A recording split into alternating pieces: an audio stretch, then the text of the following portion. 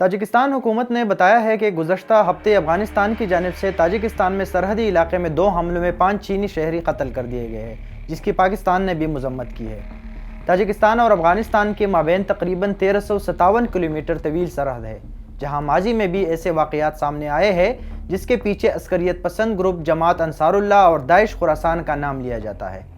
Tajikistan کے صدر امام علی رحمان، جو گزشتہ 30 سالوں سے اقتدار میں ہے، نے شروع سے طالبان مخالف ہے، کیونکہ ان کے خیال سے طالبان نے افغانستان میں آباد تاجکوں کے ساتھ اچھا سلوک نہیں کیا ہے۔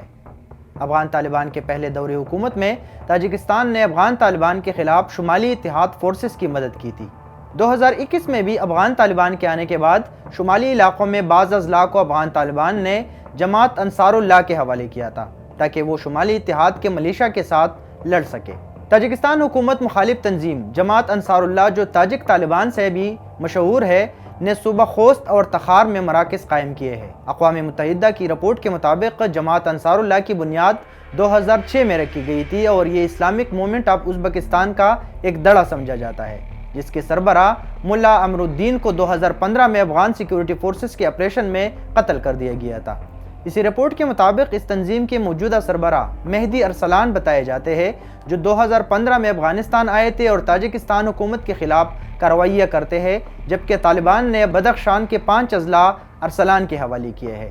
خیال رہے کہ افغان طالبان نے ہمیشہ افغانستان میں کسی بھی عسکریت پسند تنظیم کی موجودگی کی تردید کی ہے۔ تاجکستان افغانستان سرحد پر عسکریت پسندی کے واقعات سے ظاہر ہوتا ہے کہ افغانستان میں شدت پسند تنظیمیں خطے کے امن کے لیے بڑا چیلنج بن گئی ہے، جس کی وجہ سے افغان حکومت پر ان کو کنٹرول کرنے کے لیے بین الاقوامی دباؤ میں شدت آ سکتی ہے۔